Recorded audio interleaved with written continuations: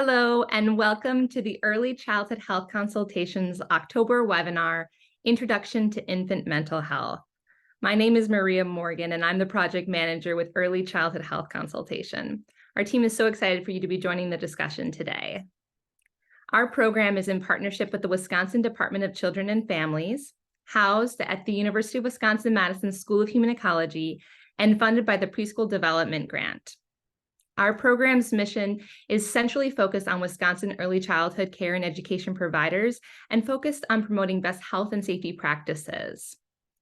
Our program envisions a sustainable statewide model focused through health consultation and promoting the health and well-being of children across Wisconsin.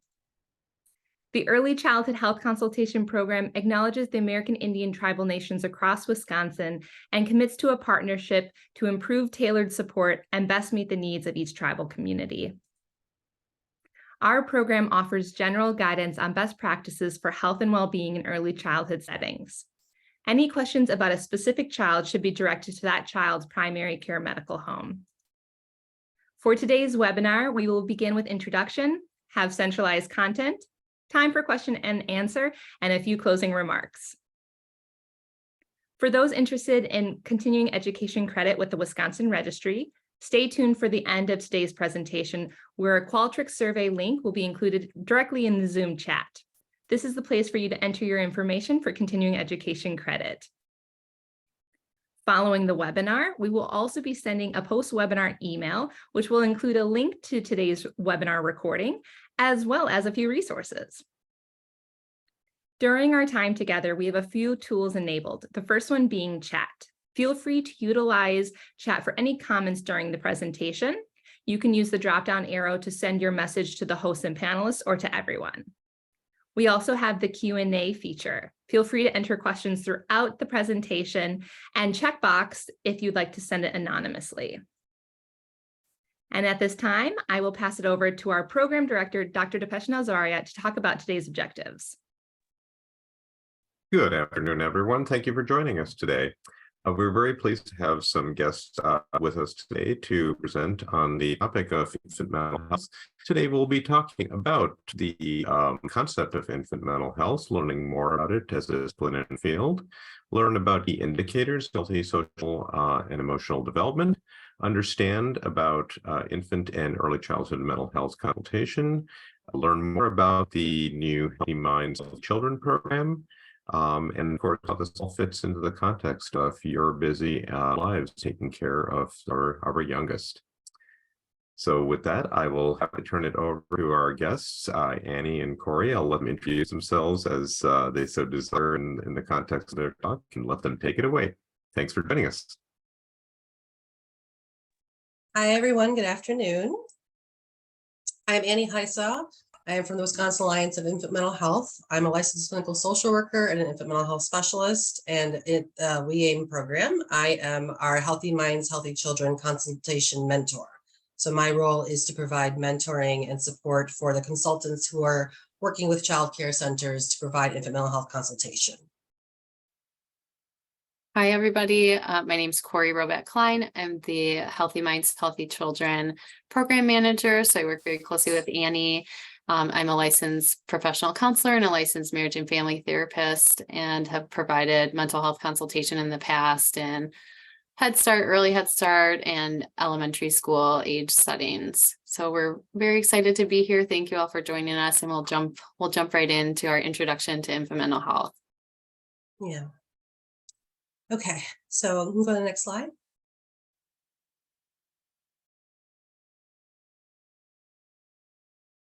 Can you see my slides okay? I can. Can you go to the next one? Yep. Okay. Thank you for your grace. Corey and I are driving in different cars. She's at home, and you know what, Corey, I still see the front slide. Not there we go. Okay. Maybe it's So delayed. there we go. That's okay. All right.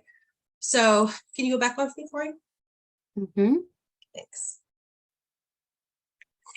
So while we're doing this and figuring ourselves out, can everybody, if you get a chance in the chat, if you could drop kind of where you are from and what is your role working with very young children. I know most of us are in the early care and education field, and it would help get a feel of the audience of kind of who's here So I appreciate that. So I want to introduce you to the Wisconsin Alliance for Infant Mental Health. The Wisconsin Alliance for Infant Mental Health is a statewide organization that is hosted out of the Madison and Middleton area. We have remote offices in a couple of different places throughout the state, including one in southeastern Wisconsin that is new. The goal of the Alliance is to provide professional development and support for any adult who is working with children under the ages of 0 to 5. The goal is to be able to embed infant mental health knowledge and practice, especially the focus on relationships and the parallel process, into our workforce and support those who are looking for professional development. Go ahead, Floyd.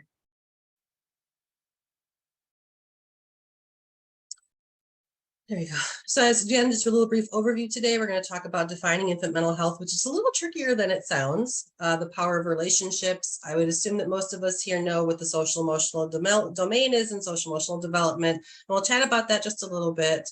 And then Corey will take us into a more deep dive into infant mental health consultation, and especially our program that we work in that is brand new, the Healthy Minds, Healthy Children program.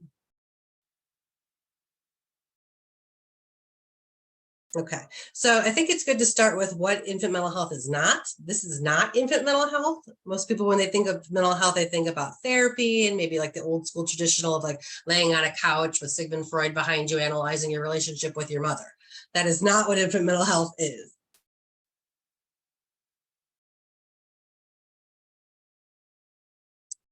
Infant mental health is a tricky thing to understand because it's very new. It's this is Selma Freiberg. She's considered the mother of infant mental health. Infant mental health grew out of the psychoanalysis work of Selma Freiberg and others. Selma's from University of Michigan, was where she was housed at. Their research, she was a psychoanalyst who trained under Anna Freud, and their work primarily focused on understanding development for children who were blind and how they built connections with their parents, primarily the mother.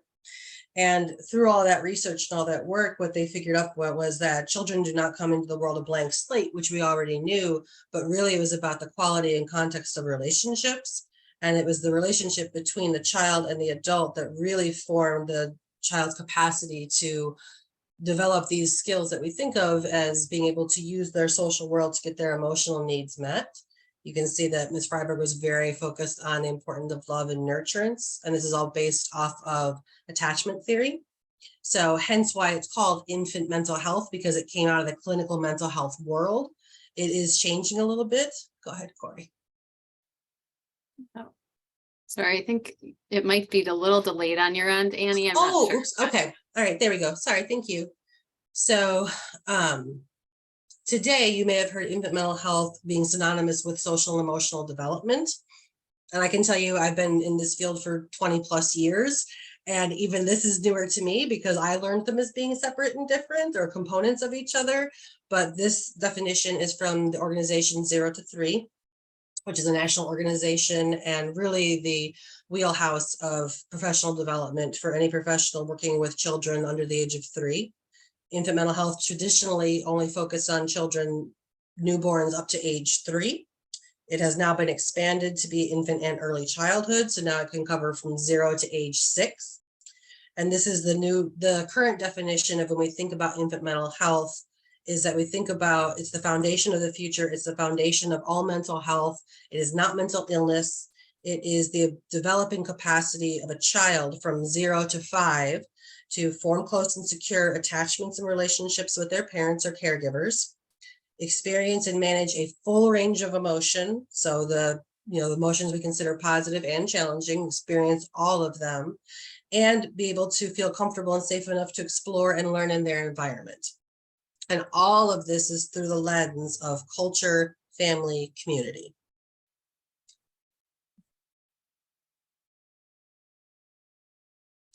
So if we're going to segue a little bit here, I talked a little bit about infant mental health also being a field. So the field of infant mental health is unique in that it is multidisciplinary. Infant mental health is not like other fields where you have very specific pathways to proficiency. If you want to be a doctor, you study medicine, you go do your residency and so on. If you want to be a plumber, you go to trade school, all these different things, right? infant mental health as a field is open and multidisciplinary because infant mental health is really about a lens. It's about a relational lens. It's about thinking about always from that relational standpoint, what is coming up for the child and what are they bringing to the interaction? What is coming up for the parent or caregiver and what are they bringing to the interaction? And it's the dance between the two that we really look at as infant mental health professionals, because that relationship is where change occurs. So you could be anybody and be a mental health, infant mental health specialist. You could be a doctor, a judge, a therapist, a social worker, a teacher, a preschool teacher, an occupational therapist, all kinds of stuff. It really focuses on, you're saying that my work focuses on relationship when you add this component to it, as opposed to behavior or whatever else. This is a really beautiful quote from D.W. Winnicott, who is one of our founding theorists for the field, that the idea that there's no such thing as a baby. There is only a baby and someone else. And at first people will be like, well, what are you talking about? There's a baby right there. But what Winnicott's trying to get to is that that baby only exists and it's able to continue existing because they're in relationship with an adult who's caring for them, which means that everything that baby learns and develops in the healthy social emotional development happens through the context of that relationship. You know, baby cries and throws out a bid, caregiver catches it, understands and meets the child's need, baby learns that the world is safe, you know, so that's the idea. And this is important as teachers because all development, including cognitive development, happens through relationship. The healthy social emotional development of children, you know, this is what we're looking for: confidence and competence, the ability to have relationships with friends, being curious and feeling safe enough to explore their world. We've all seen those kiddos who are kind of hesitant and hang back, or who over explore and don't look back for their anchor to make sure that they're safe. Following, you know, these are all the things we want preschoolers and little kids to be able to do, right? Sit at circle time, pay attention, walk in the hallway, all the play with your friends, share. Those are all indications of healthy social emotional development. And a big one is manage those strong emotions. Not that they don't have them, but they're able to manage them in a way that is safe, that they're able to use their caregivers as a safe place to co-regulate. I want to pause, Annie, for just a second. Saying for me that it's not sharing one of our slides that I really want us to see. It's not sharing it in slideshow mode. Okay. So I'm going to reshare where you can see it, where it talks about the power of attunement, and then I can share it again in slideshow. That's fine. That's fine. All right. So the power of attunement. This is a really important thing to think about. So oftentimes when you do a presentation on infant mental health, the adults in the room go, "Oh God, I have to be perfect in order for a kid to be successful." That is not accurate in any way at all. The good enough parent or the good enough teacher, the good enough anything actually came from Winnicott. Their thought was, how attuned and how connected do I have to be with a child? What's good enough? Because nobody's going to be at 100% of the time. It's not humanly possible. Power of attunement is that the research shows that if you are in sync emotionally with a child and attuned to them 30% of the time, they can grow up to be a fully emotionally competent adult. That's less than 1 out of 2. That is very low.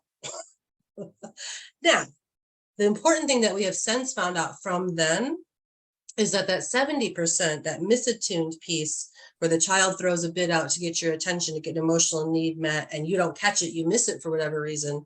In that 70%, what's so important is that follow-up, that you come back. So these example is, you know, mom, you know, teacher, are we going outside today? Are we going outside today? And there's 4 kids calling you and you don't hear that one at that moment. And so you accidentally ignore them.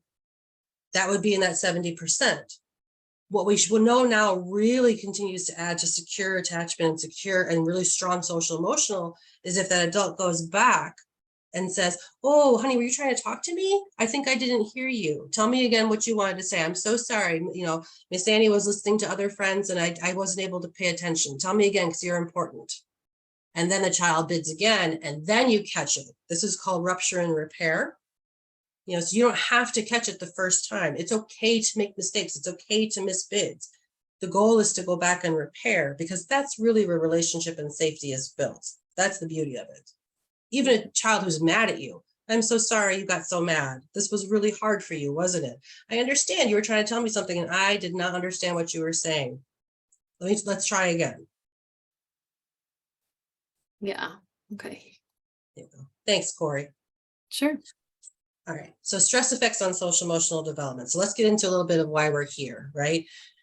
We know that any work with children under the age of 5 can be stressful, no matter how fun and wonderful it is. And we've been doing this work a long time ourselves, so we know it can be stressful. Very small children are very emotionally evocative. They have a lot of needs and they have a lot of care. Just, preschool teaching is one of the only jobs, and I was a preschool teacher once upon a time, where it kind of feels like you're on all day. You're constantly engaged, you're constantly teaching, everything from helping a kid learn to wash their hands to getting them to transition to stand in line to actually sitting down for circle time and reading the book to them. It's all teaching, and that's stressful. And when we have gone through a worldwide pandemic, and there's huge funding stream issues for childcare centers because of the loss of childcare counts and so on. Now we have kids who are coming in highly stressed themselves, families who are coming in highly stressed, kids who are presenting with behaviors that people have never seen before, and developmental delays of anywhere from 1 to 2 years just globally from the pandemic. And there's been some research that's showing, this is now where we're at. So I'm going to hand it over to Corey and let her to be able to talk about it a little bit. Yeah, sounds good. So, as we mentioned, we are part of the Healthy Minds, Healthy Children initiative, and this is an initiative across the state in Wisconsin for infant and early childhood mental health consultation. So it's been developed and designed by national and state experts and led by the agency where we work, which is the Wisconsin Alliance for Infant Mental Health. So our purpose and our vision, our mission for this is to support young children and their families throughout Wisconsin. Our initiative is very much rooted in relationships. As you can probably gather from Annie's portion of the presentation, relationships are the core, the foundation for what we're doing. And the role of the consultant is about working with caregivers, building strong relationships with professionals such as you all who are attending today's webinar, to understand concerns, to think together, to explore how best to support the children that are within your care in that birth to 5 up to age 6 age range. So our initiative has just been launched in this calendar year, which is extremely exciting, and we're very much building and starting to implement in a few different regions in Wisconsin, which I can talk about in a little bit. But it's a free service. It's at no cost for any professional. And right now it's being offered to any licensed center-based or home-based care program. So what I'm just going to highlight a few different things about our program and about mental health consultation in general, but you may or may not have heard this term, the parallel process. And what that means is if the adults around the children or child are doing well, if they're able to navigate stress, if they're feeling supported, if their basic needs are being met, all of that trickles down, and it will positively impact how we all show up, how we are in the presence of the children that you care for. And so that means that if your relationships are solid and your circle is solid, you're going to be able to show up in a different way for the children that you're caring for. So we have a short clip for you about how infant and early childhood mental health consultation actually works. It's a beautiful 2-minute video, YouTube video that I'll share. In early childhood, infants and toddlers are learning to crawl and walk and talk. They are also learning how to regulate their emotions and how to build healthy relationships. They depend on the adults in their lives to show them all of these things. As with learning any skill, having an effective guide is critical. That's where infant and early childhood mental health consultation can help. Mental health consultation is rooted in equity. Mental health consultants work directly with early childhood providers to facilitate children's healthy social and emotional development. The key is in relationships. Mental health consultants develop relationships with the caregivers in young children's lives. Through those relationships, they build the adult's capacity and skills to support the healthy social and emotional development of children. Mental health consultants are experts on child development, but they realize that early childhood providers have their own expertise about the children, families, and communities they serve. By working with a mental health consultant, early childhood providers learn how to better understand child behaviors and how to build even stronger positive relationships with children and their families. Studies show that participating in mental health consultation improves children's social skills and emotional functioning, promotes healthy relationships, reduces challenging behaviors, and reduces provider stress, burnout, and turnover. Mental health consultation is a proven mental health service that can make a difference in settings that serve young children and families. Learn more about how infant and early childhood mental health consultation can support early childhood programs.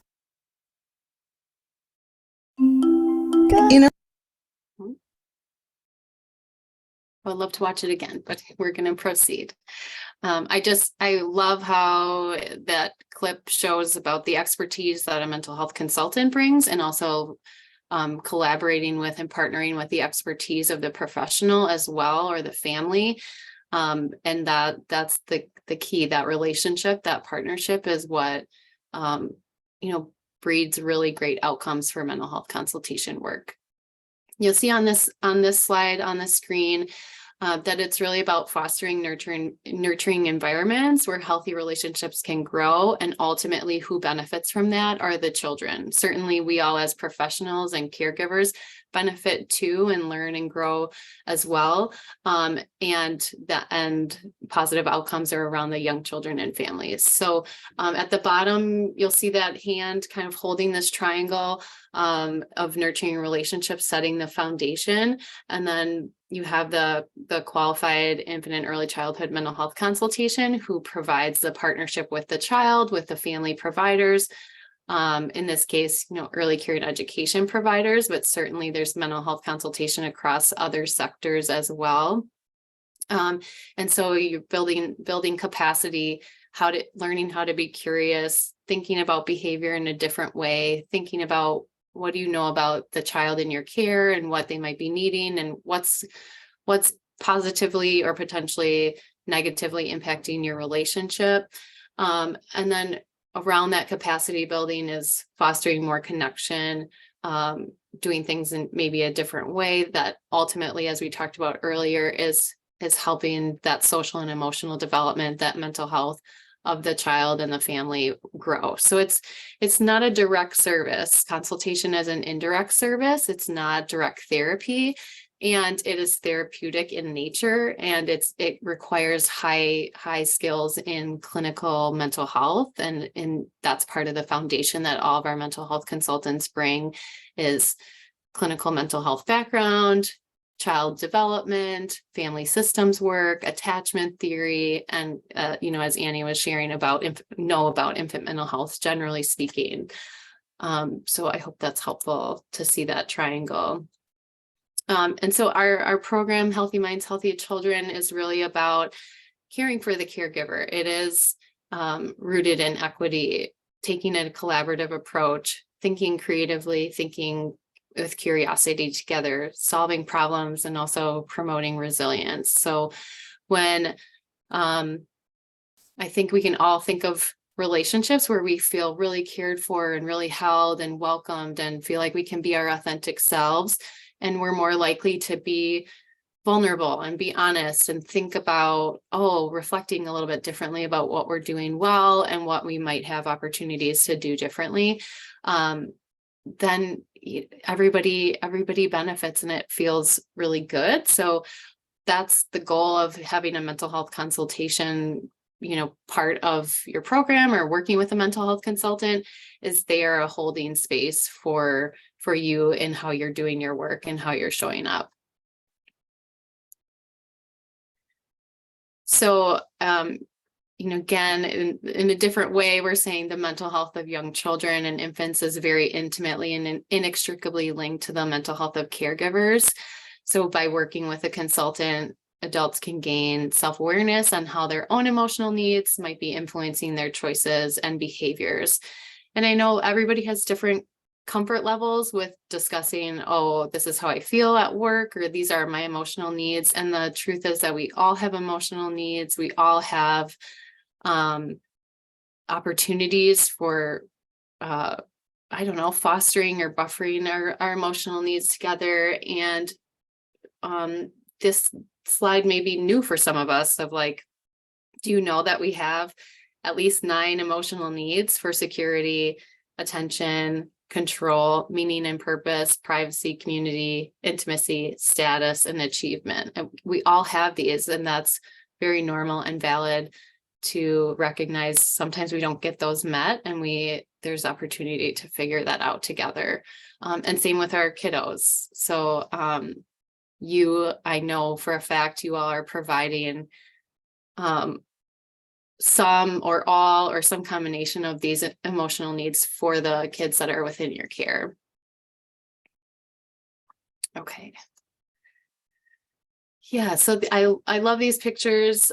Credit to Annie who put this slide together about building an environment of positive mental health and well-being for everyone. I just so enjoy looking see if you notice, I'm sure you can see these adults that are featured in these pictures are very much engaged. They're smiling, they're leaning in, they're giving the high fives, they're having fun, they're riding the bikes, the little kiddo bikes, and the kids in turn are in a space where they're ready to learn. They're engaged, they're showing empathy to each other with the little girl with the bear. They're supporting each other. They're having fun. They're ready to be together as a team. And then everybody gets joy. It's like you're on a hamster wheel of it just continues and continues. And we want everyone to feel good, for this group, right? We want you all to feel great at work. We spend so much time at work with the people, with our colleagues, and with other, the kids and families that you work with, that we want you to feel really well, mentally, emotionally, physically. And that's what mental health consultation can help bring to different programs. So I will share, this is our homepage of our Healthy Minds, Healthy Children website. The link is right there, and we can also put that in the chat. So this is where you can find out more information about our program, and as well as there's a pretty tag on the right-hand side about requesting a consultation and consultation services. This is some more information. We do have an email if you have questions about Healthy Minds, Healthy Children at the info@healthymindswi.org. We do have an office coordinator and referral specialist who can help field questions as well. And of course our website. So I will stop sharing right now, and we can open things up for Q&A and other discussion. And let's start with these 2 that we already have. So, and I want to notice that we're at 128. So a big part of consultation is slowing down and taking a moment to process and reflect. So I'm going to give us a good 5 seconds, because that was a lot of information. So just take a minute and take a deep breath.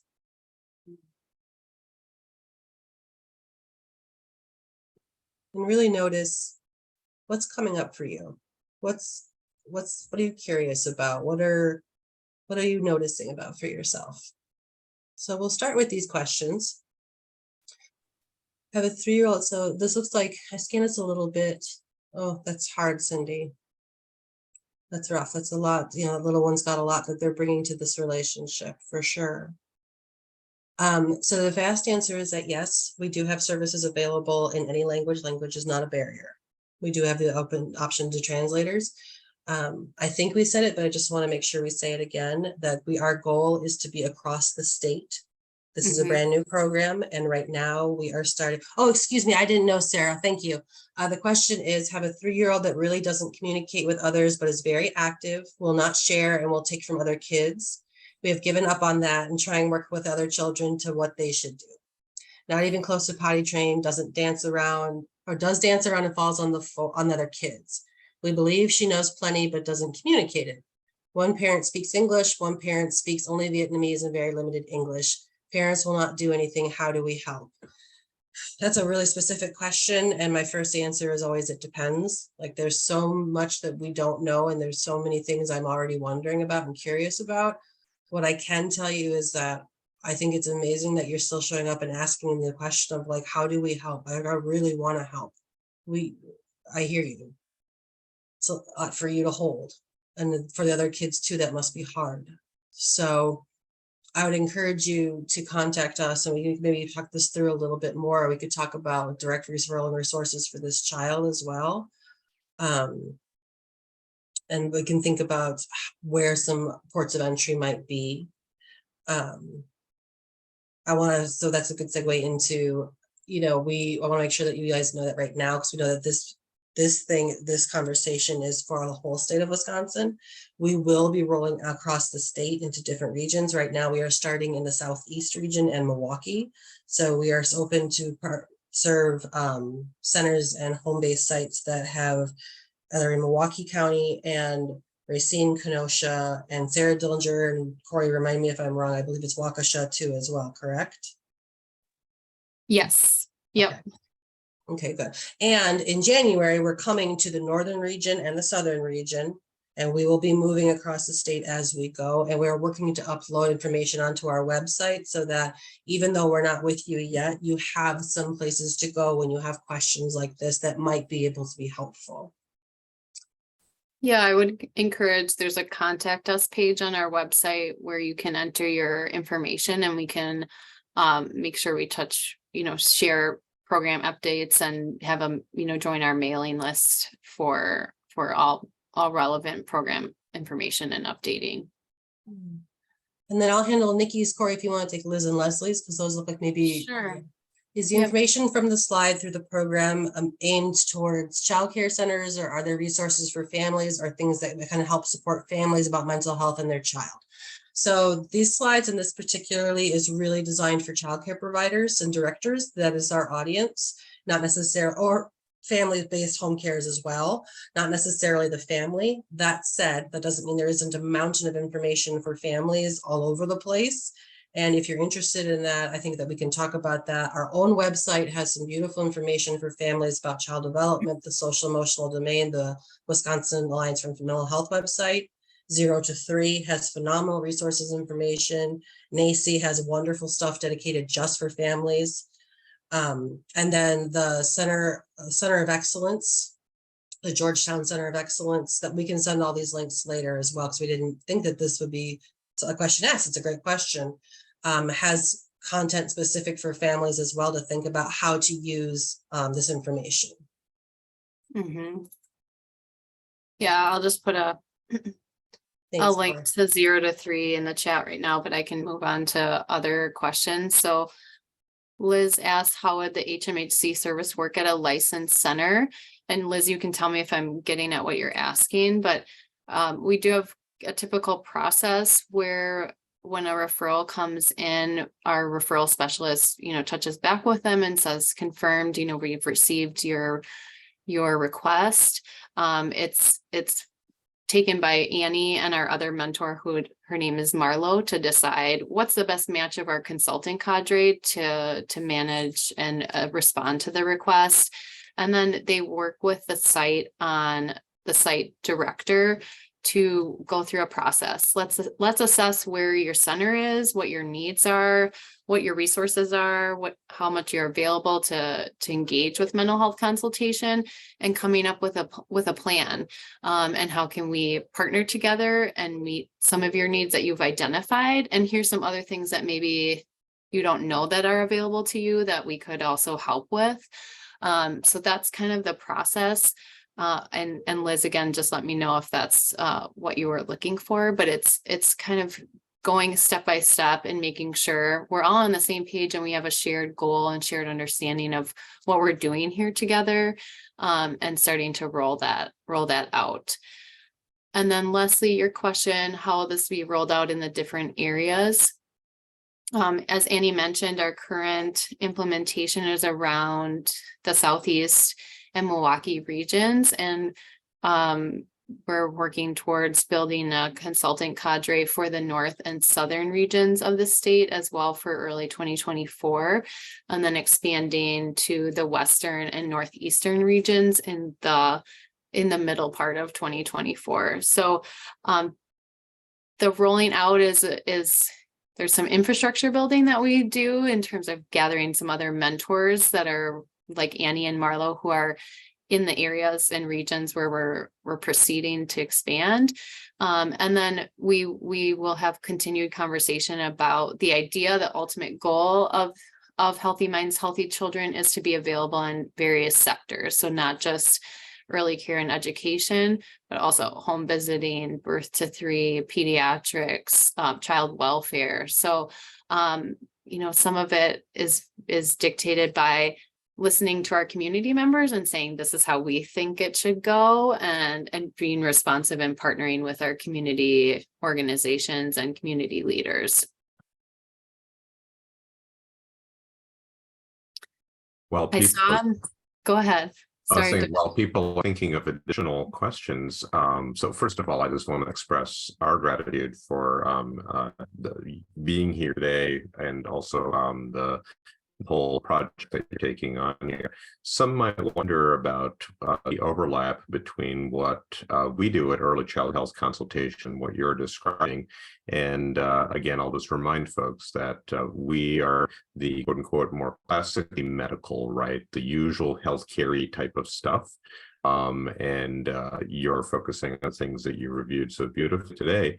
There may be some things that you're like, this is in between. I don't know which one of these folks I reach out to or call. Is it this or is it that?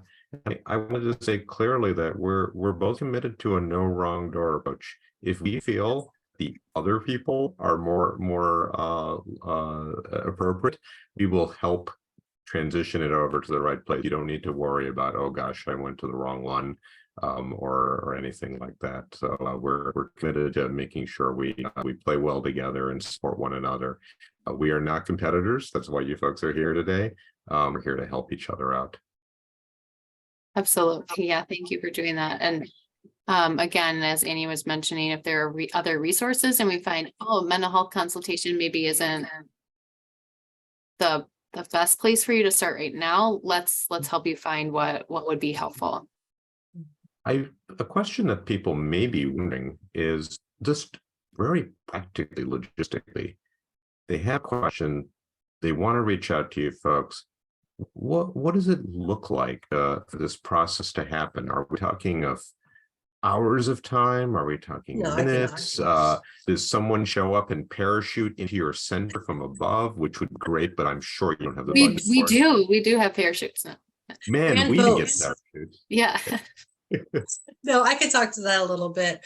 So, important thing to know is that this is a brand new initiative we're building as we fly. And so we are working to figure some of that out at the same time. What we know right now and thus far is that the whole goal of this initiative is to be supportive. We are well aware that the childcare sector has been highly stressed since the pandemic and continues to be highly stressed. This is not one more thing to do. Dosage and frequency kind of depends on the site, but it starts with a referral. You would go to our website and you would send in this referral. If you're like, yeah, I absolutely want to know more about this and I want it for my site, you can fill out the referral that way. If you're like, I just need to have a conversation with somebody about my site or about my child's site, because parents can refer as well, then fill it out that way. Either way, you're going to get a follow-up call or email from our referral specialist to kind of mess out what's going on and what are you looking for. Then that referral gets sent to Marlo, folks Ware and myself, the mentors. We review the referral and then we think about who might be a good fit for this on our team. And then we send that to the consultant. The consultant then contacts the site directly by email first and schedules a time to communicate by phone for an welcoming conversation and to say, tell me about you and your place. I just completed one of these this morning, actually, for one of the sites. And then from there, you have an in-person meeting where the consultant goes to the site, has the site assessment, has the conversation, you sign a site agreement, and you start working and you start going. The whole process to get things started, it takes anywhere from usually about 2 weeks to 3 to 4 weeks, depending on like people's responsiveness and time. But frequency and duration, so we're figuring about at least up to about a year of time spent with a site. It's really open-ended and it's up to what the site says they need. There is the question of capacity of, do we start small? We encourage places to start small, because anytime you kind of create this kind of big change, it's more sustainable if you start smaller with 1 or 2 children or 1 classroom, as opposed to trying to do the whole enchilada of a site. But those are all things that we can talk and think about together. Did that kind of get to that question, Dipesh? I think it does. I think that's very helpful. And it also brings up what you just said. How much of what you do is necessarily specifically tied to a particular child or situation? How much of it might be more broad? Or I'll throw this in because I think it was sort of being asked in some of the questions and comments we were seeing.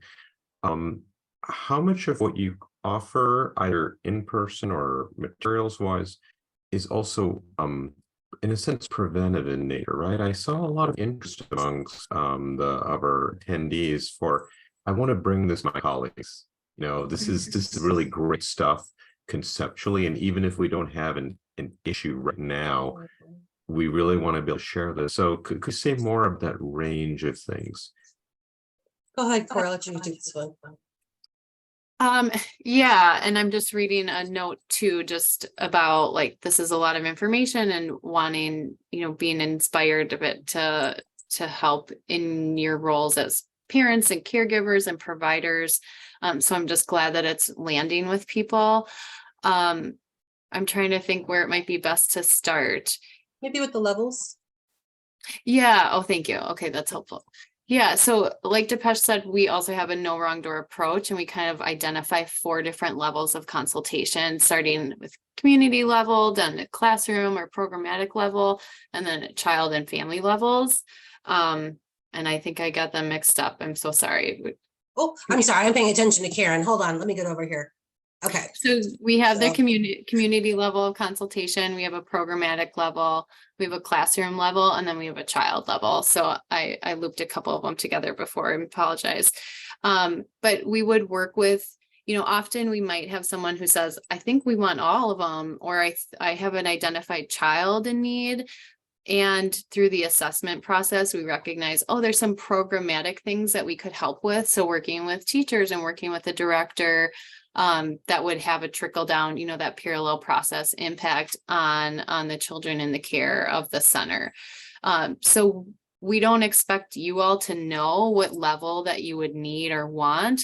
Currently in our request a consultation form, you can select one or all, and there's also a I'm not sure button, and that's kind of what Marlo, Annie, and our team of consultants, their role is to help flush out what are you thinking, and here's where there's a match, and here's where we would be able to start slow, and here's where we would be able to make maybe the most impact with the amount of time that we can invest together. Does that help? Anything you would add about that, Annie? Yeah, I think, what it's been really useful, and we've talked about this, is to use a real world example. So the person who was really lovely and asked the question about the child in their care, if we can kind of piggyback off that idea for a minute. So, and I apologize, I want to get people's names. Leslie asked a good question too about, so Cindy asked the question about the child in her care, and Leslie asked a question about what might be some situations where you would request. So if we use the idea of Cindy's little one, so that's a really good example of a child specific or child and family level consultation. You have a child, you've done so much work with the family, so much work with the child, or even you haven't yet, but you're like, whoa, this is more than I know what to deal with in typical development. I really think I need some outside support. We used to always say, I need another pair of hands. I need more people to help me hold this work and think about it in a different way. That's a perfect referral for a child family level. The consultant would come, the parent has to agree, the parent has to sign consent, they are part of the process. And if you think about it similar to like an IFSP or even an IEP process, where the consultant would come, they would interview the family, they would interview the teacher, they would observe the classroom and the child in the classroom, they would do an assessment of that child's social emotional development, looking at those 3 key indicators, which, forgive me, that was a slide I forgot, but they're the 3 key indicators of social emotional development are initiative, self-regulation, and attachment. So we're looking at those to see where their skills are falling. Are they under where they should be for their age? Are they a strength? And then we would start pouring into, based on what the teacher and the parents say is the place we should start, working on being able to help the teacher build and use their relationship to facilitate those skill development. A classroom consultation would be working with a center where they have a whole class, whatever is going on is affecting the whole classroom. So some things that we've been talking about are like classroom management, or you have multiple children in your classroom who have all got really high intense needs or developmental delays. How do we adapt learning to be able to support those needs? Or look, let's be honest, we're adults and sometimes adults don't get along. And maybe you've got some teachers that are kind of, we can help with that and have the teachers come and, work together to build a collaborative team. The programmatic would be, again, something really big. So one of the things that we're really focusing on is reducing the suspension and expulsion rate of preschoolers. In the state of Wisconsin, we know it's 5 times higher than children of any age, kindergarten through high school. And we know that there's a preschool to prison pipeline. And we know that that disproportionately affects brown and Black children, especially boys. So one of the things from our funder, from DCF, that we've been really asked to think about and target, and they're our partner in this, shout out to Sarah Dillinger, I saw you were here, who was one of our big advocates, is to really try to do some targeted work to get those numbers down. And I want to be really clear here, because when we talk about this in relationship, many times it will fall on providers as the message that you're not good enough, you're not doing enough, this is your fault that the kids are this way. That is not what we are saying. Children and families, this is a relationship, they bring stuff to the situation too. Okay, we know that, we've been there. Corey's been a consultant, I've been a consultant, we've been in the schools, I've been a preschool teacher at a Head Start. It's hard, I know it. My 20-year career was the hardest thing I ever did. And I work with trauma and sexual abuse victims, and that was harder. So we know that. That is not what we're saying. But what we're saying is, at the port of entry, this is not a cognitive issue. This is not, I can teach them to behave better. Children don't learn that way. They learn through relationship. They learn through serve and receive. And so that's the port of entry we're going to take. And you already are doing beautiful things, or else you wouldn't be here. You wouldn't even be curious about what this is. So remember, good enough, 30%. You're doing good enough already. And we'll come alongside you and help. Thank you so much. Here's a question that I suspect people might be wondering and haven't yet articulated, at least, which is, we've now heard your presentation. We've heard you talk about what infant and early childhood mental health is, and just the beautiful way in which you're destigmatizing this and normalizing it all. But people may be concerned that, what if word gets out that I'm getting a mental health consultation for my child care facility, or that a specific child, you're asking a question about them, and the parents, you worry about, are they getting offended that, my kid needs mental health, or something like that. Unfortunately, right, the whole world has not gotten enlightened yet. How do you recommend people introduce these ideas to others, and not only destigmatize, but also handle this in the best possible way? But that might be a barrier to someone even reaching out, I could imagine. Yeah, can I tackle this one, Corey? Sure. Thank you. I have lots of big feelings and thoughts about this one. So I think that it's unfortunate. That's kind of one of the things about the title being infant mental health, because there is so much stigma still. And really, we're not talking about mental illness. We're talking about typical child development. All humans have feelings, and they start when you're a baby, right? So the same way you would have specialized support services within your center, whether it be a gym teacher or a music teacher or any kind of enrichment, think of it as enrichment. This is a preventative service as well. It's not just for problematic situations where we have kids with behaviors that are really extreme and intense. It can be things are going great, and I want us to be even better in developing these social emotional skills of sharing and relationship and so on.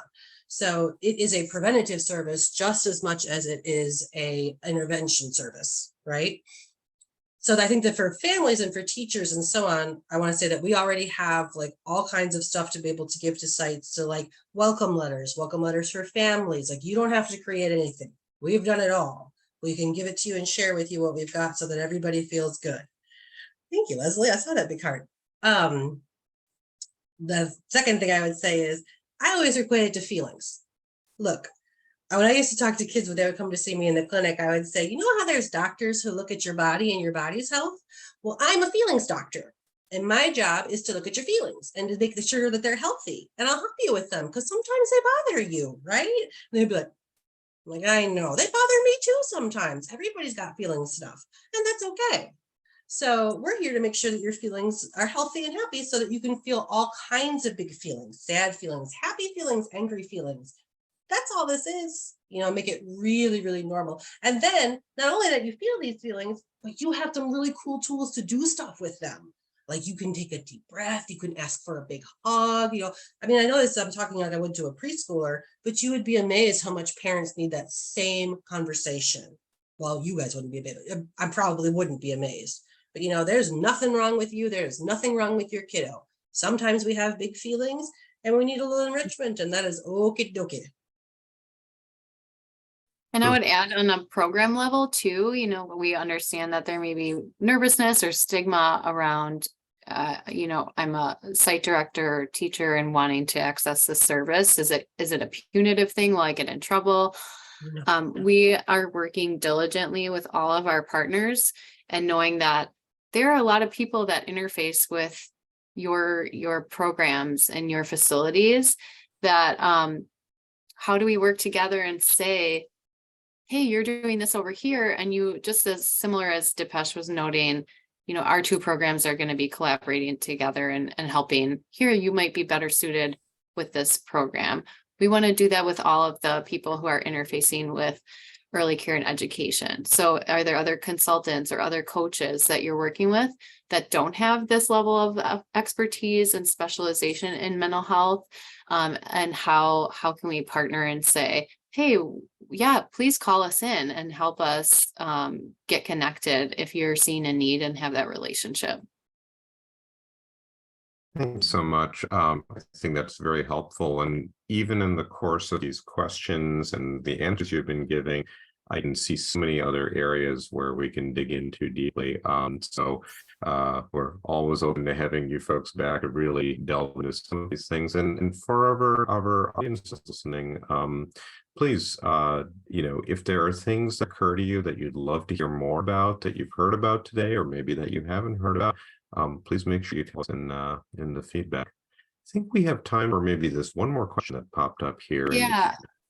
Yep, I just saw that. And yeah, so if there's a situation where it'd be a child-specific consultation requested and the parents or caregivers are saying, no, we don't want to give consent, certainly then we would not proceed with that level of consultation, but there would be an opportunity to have some teacher level, classroom level consultation and explore that way, knowing again that parallel process. If the teachers are working with the mental health consultant and thinking about, okay, how can we support different children? You wouldn't be like necessarily addressing the exact child, but there's going to be an impact on not only that child that you're thinking of, but also most likely the rest of the children in your care as well. So there's opportunity to maybe proceed from a different angle.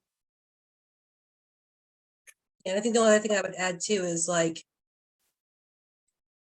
yes, and right, like, and we're going to keep supporting the director and the teacher to be able to keep going and having that conversation and keep showing up with that parent and keep being curious about, I wonder why they're not engaging. I wonder what that behavior means. I wonder if it's a different way that we could do that. Like we've all worked with parents who just said no.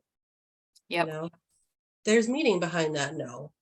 And it's frustrating for us, but there's as a parent myself who had a kid who used birth to 3 services when she was little, and I'm a child developmentalist, that was extremely embarrassing and painful to have to say that I couldn't help her as a mom, even though this is my profession and I had to get help. So I said no for a smidge first too. So it's having that, benevolence for them and constantly keep coming back and warming and showing back up and being like, I'm still thinking about this. Can we keep talking about it? Yeah, really good. Yeah, Yeah. there's so much trust building that needs to occur sometimes, and that's not necessarily a quick process. Well, Yeah.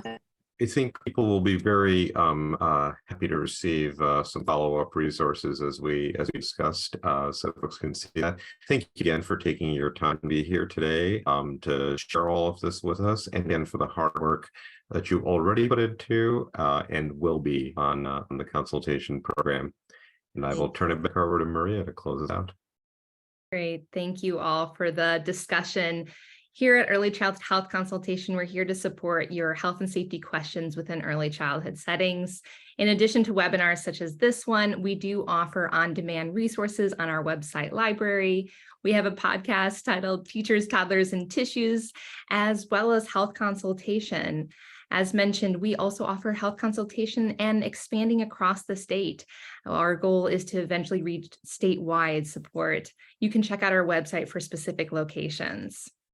We also invite you to check out our podcast, Teachers, Toddlers, and Tissues, where the sticky icky world of early childhood and health meet.